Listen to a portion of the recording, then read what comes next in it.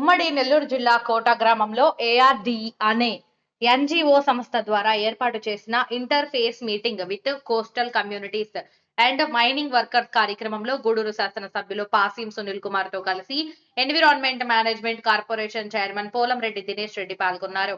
ఈ సందర్భంగా దినేష్ రెడ్డి మాట్లాడుతూ రాష్ట్ర ముఖ్యమంత్రి నారా చంద్రబాబు నాయుడు పర్యావరణ శాఖ మంత్రి శ్రీ పవన్ కళ్యాణ్ పర్యావరణ పరిరక్షణ గురించి పూర్తి స్థాయిలో పనిచేయాలని, భావితరాలకు మంచి పర్యావరణం అందించాలనే ఉద్దేశంతో నాకు ఈ బాధ్యత అప్పగించారు అని, అందుకు వారికి ధన్యవాదాలు తెలుపుకుంటున్నాను అని అన్నారు. మంత్రి లోకేష్ ఆలోచన మేరకు పర్యావరణ పరిరక్షణ ఒక లక్ష్యంగా పనిచేస్తున్న ప్రభుత్వ లక్ష్యాన్ని చేరుకోవడానికి నా వంతు కృషి చేస్తా అని అన్నారు. సుదీర్ఘ తీర ప్రాంత ఉన్న ఆంధ్రప్రదేశ్ లో మన ప్రాంతంలో చాలా మంది గిరిజనులు, మత్స్యకారులు తీర ప్రాంతం మీద, చెరువులు, సరస్సుల మీద ఆధారపడి జీవనం సాగిస్తున్నారు. వారి జీవన విధానం ఇంకా మెరుగ్గా ఉండడానికి ప్రభుత్వం అన్ని రకాలుగా పనిచేస్తుందని తెలిపారు. కంపెనీల నుంచి గనులు నుంచి వచ్చే వ్యర్థాలు సంద్రంలో, నదుల్లో, చెరువుల్లో కలవడం వలన మత్స్య సంపద మాత్రమే కాకుండా దాని మీద ఆధారపడి జీవిస్తున్న యానాదులు, గిరిజనులు, మత్స్యకారుల జీవితాల మీద ప్రభావం చూపుతుంది. కాబట్టి ఈ పర్యావరణాన్ని కాపాడాల్సిన బాధ్యత ప్రభుత్వం మీద ఉంది. కాబట్టి మా ఎన్విరాన్మెంట్ మేనేజ్మెంట్ కార్పొరేషన్ ఏర్పాటు చేయడం జరిగిందని తెలియజేస్తున్నానని అన్నారు. మేము రెగ్యులర్ గా కంపెనీల వేస్ట్ ని పర్యావరణానికి నష్టం కలిగించే అవకాశం లేకుండా వాటిని ఎలా నిర్వీర్యం చేయాలో, దానికోసం ఏం ఏర్పాటు చేయాలో అన్ని రకాలుగా ముఖ్యమంత్రితో చర్చించి తగు జాగ్రత్తలు తీసుకుంటామని తెలియజేస్తున్నానని అన్నారు. అందుకోసం తొలిసారిగా ఏఆర్డి సంస్థ వారు ముందుకు రావడం, ఈ కార్యక్రమం ఏర్పాటు చేసిన ఏఆర్డి చైర్మన్ బాషీర్ కి అభినందనలు అని అన్నారు. గిరిజనులు, మత్స్యకారుల సమస్యలు మా దృష్టికి తేవడం జరిగింది.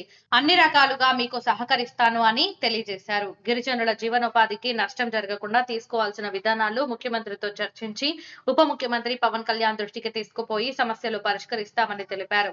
ఈ కార్యక్రమంలో నల్లపరెడ్డి జగన్మోహన్ రెడ్డి, దశరథ రామిరెడ్డి, అలానే పెద్ద సంఖ్యలో గిరిజనులు పాల్గొన్నారు. కోట మండలంలో నిర్వహించిన ఈ సమావేశానికి విచ్చేసిన గౌరవ శాసనసభ్యులు పాసం సునీల్ కుమార్ గారికి, అలానే జగన్మోహన్ రెడ్డి గారికి, దశరథ రామరెడ్డి గారికి, భాస్కర్ రెడ్డి గారికి, అలానే వేదిక మీద ఆశీనులైన ఇతర పెద్దలకి, ఈ కార్యక్రమాన్ని ఇంత అద్భుతంగా నిర్వహించిన ARD association for rural development మరియు పర్యావరణ పరిరక్షణ యోజన సంఘం ఎన్జిఓస్కి, అలానే వేదిక ముందు ఇంత పెద్ద ఎత్తున విచ్చేసిన మీ అందరూ కూడా హృదయపూర్వకంగా నమస్కారాలు, కృతజ్ఞతలు తెలియజేస్తున్నాను. ఇప్పుడే చాలామంది పెద్దలు చాలా విషయాలు చెప్పారు. ఏఆర్డి సంస్థ అలానే పర్యావరణ పరిరక్షణ యోజన సంఘం ఆధ్వర్యంలో చాలా సంవత్సరాలుగా ఎన్నో మంచి కార్యక్రమాలు అనగాని వర్గాలకి, గిరిజనులకి, మత్స్యకారులకి ఎన్నో కార్యక్రమాలు చేపడుతున్నామని చెప్పడం జరిగింది. నేను కూడా ఎన్నో మంచి విషయాలు ఈ ఎన్జిఓ ఏఆర్డి సంస్థ చేపడుతున్న ఎన్నో మంచి విషయాలు తెలుసుకోవడం జరిగింది. గతంలో ఏఆర్డి సంస్థ ద్వారా, అలానే పర్యావరణ పరిరక్షణ యోజన సంఘం ద్వారా మత్స్యకారులు, అలానే గిరిజనులకి వలలు కానివ్వండి, పడవలు కానివ్వండి, అలానే జీవన పరిమాణాలు పెరగడానికి అవసరమైన అన్ని వసతులు కల్పించామని చెప్పడం జరిగింది. అలానే పక్కా గృహాలు, పాఠశాలలు రీమోడలింగ్ చేయడం కానివ్వండి, అలానే అంగన్వాడీ భవనాలు, అలానే సామాజికంగా అనగాని వర్గాలు ముందుకు సాగడానికి అవసరమైన ఎన్నో కార్యక్రమాలు ఎన్జిఓ చేపట్టడం జరిగింది. అలానే ఇక్కడ నేను చూడడం జరుగుతుంది, దాదాపు ఈ సంస్థ ద్వారా 6,754 మంది బాలికలపై పాఠశాలలో ఆర్థికంగా సహాయం చేసి వారందరూ కూడా ముందుకు వాళ్ళ జీవన విధానం మెరుగుపడడానికి, అలానే చదువు ద్వారానే మనమందరం కూడా ఆర్థికంగా ముందుకి, అలానే సామాజికంగా ముందుకు వెళ్ళడానికి అవుతుంది. కాబట్టి వాటన్నిటికీ అవసరమైన ఆర్థిక సహాయం ఎన్జిఓ ద్వారా చేపడుతున్నామని చెప్పి ఇందాకే పెద్దలందరూ కూడా చెప్పడం జరిగింది. ఇలానే చాలా మంచి కార్యక్రమాలు చేపడుతున్నారు. వాళ్ళు ఇలాంటి కార్యక్రమాలు ఇంకా కూడా చేపట్టాలి, అలానే ఇలాంటి అవగాహన సదస్సులు కూడా చేపట్టాలని చెప్పి, ఇంకా కూడా రానున్న కాలంలో చేపట్టాలని చెప్పి నేను వాళ్ళని మనస్ఫూర్తిగా కోరుకుంటున్నాను. అలానే ఈ రోజున ఇక్కడ ఏర్పాటు చేసిన సమావేశానికి నేను చైర్మన్గా బాధ్యతలు చేపట్టిన తర్వాత మొట్టమొదటిసారిగా గూడూరు నియోజకవర్గానికి రావడం, అధ్యక్షతన ఏఆర్టీ అధ్యక్షతన, అలానే ఇక్కడ ఉన్న గౌరవ శాసనసభ్యులు పాసం సునీల్ గారి అధ్యక్షత ఈ సమావేశంలో భాగస్వాములు అవడం నాకు ఎంతో సంతోషంగా ఉంది. గౌరవ ముఖ్యమంత్రి వర్యులు నారా చంద్రబాబు గారు, అలానే డిప్యూటీ ముఖ్యమంత్రి వర్యులు, అలానే పర్యావరణ, సైన్స్ అండ్ టెక్నాలజీ, అటవీ శాఖ మంత్రి వర్యులు పవన్ కళ్యాణ్ గారు, వీళ్ళందరూ పర్యావరణ పరిరక్షణ కోసం ఎంతగానో ఇప్పుడు వాళ్ళ మనస్సును పెట్టడం జరుగుతుంది. దాంట్లో భాగంగానే ఈ రోజున ఆంధ్రప్రదేశ్ పర్యావరణ పరిరక్షణ కార్పొరేషన్కి చైర్మన్గా నా మీద బాధ్యతలు పెట్టారు.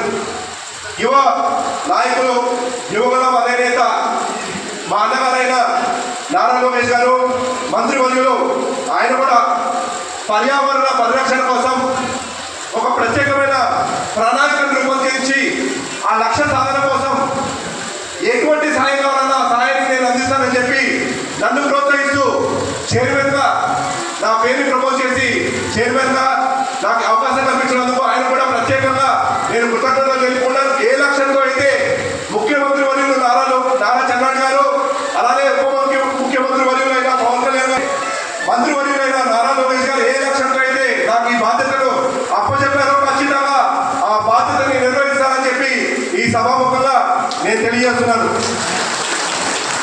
ఆంధ్రప్రదేశ్ రాష్ట్రం మనము ఆర్థికంగా చాలా బలహీనంగా ఉన్నాం ఇవాళ విభజన తర్వాత. కానీ మనకి ఆంధ్ర రాష్ట్రానికి చాలా మంచి సంపద ఉంది. ఒక పక్కన మంచి పంట పొలాలు మనకి పండుతాయి, అలానే మనకి పెద్ద తీరం ఉంది. దాదాపు 932 కిలోమీటర్ల తీరము మన ఆంధ్ర రాష్ట్రానికి ఉంది. ఈ తీరం మీద అటు సముద్రంలో కానివ్వండి, అలానే అక్కడ ఉన్న చెరువులు చాలా మంది అనగాని వర్గాలు, మత్స్యకారులు, గిరిజనులు, అటు ఇంగ్లాండ్ ఏదైతే మనకి చెరువులు ఉంటాయో చెరువులు కానివ్వండి, అలానే అక్కడ ఉన్న ఈ కాలువలు కానివ్వండి, అలానే సముద్రంలోకి మత్స్యకారులు చాలా మంది వేటకెళ్తారు. దీని మీదే చాలా మందికి జీవన ఉపాధి చాలా మందికి ఈ ఏరియాలో కలిగి ఉంది. ఈ ప్రాంతం ఏరియా ఏదైతే మనకి 932 కిలోమీటర్లు ఈ తీర ప్రాంతం ఏదైతే ఉందో ఆ తీర ప్రాంతం మీద ఎంతో మంది ఇవన్నీ కూడా ఈ జీవన ఉపాధి దాని మీద కొనసాగిస్తున్నారు. కానీ వాళ్ళు ఏమవుతుందంటే ఆధునీకరణ, అలానే ఇండస్ట్రియలైజేషన్లో భాగంగా ఎన్నో పరిశ్రమలు వాళ్ళ ఆంధ్ర రాష్ట్రానికి వాళ్ళు పెట్టుబడులు పెట్టడానికి చాలా మంది రావడం జరుగుతుంది.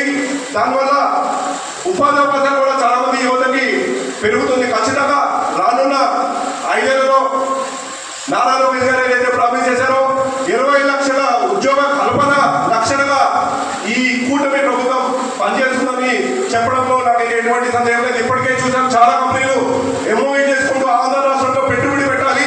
నారా చంద్రబాబు గారు ముఖ్యమంత్రిగా ఆయన ఆధ్వర్యంలో ఇక్కడ మంచి ఫెసిలిటీస్ కల్పిస్తారని చెప్పి ఒక నమ్మకంతో అందరూ కూడా ఇవన్నీ కూడా పెట్టుబడి పెడుతున్నారు. అయితే ఈ పరిశ్రమలన్నీ పెట్టుబడి పెట్టడం బాగుంది, కానీ ఈ పరిశ్రమ నుంచి వచ్చే వ్యర్థాలు, అలానే ఈ ప్రాంతంలో ఎక్కువగా ఇందాక అన్నారు చెప్పారు, ఈ ప్రాంతంలో ఎక్కువగా గనులు ఉంటాయి. ఈ మైనింగ్ పక్కన సిలికా కానివ్వండి, అలానే క్వార్ట్జ్ కానివ్వండి, అలానే ఇతర గనులు ఉన్నాయి. ఈ గనుల నుంచి వచ్చిన ఈ వ్యర్థాలు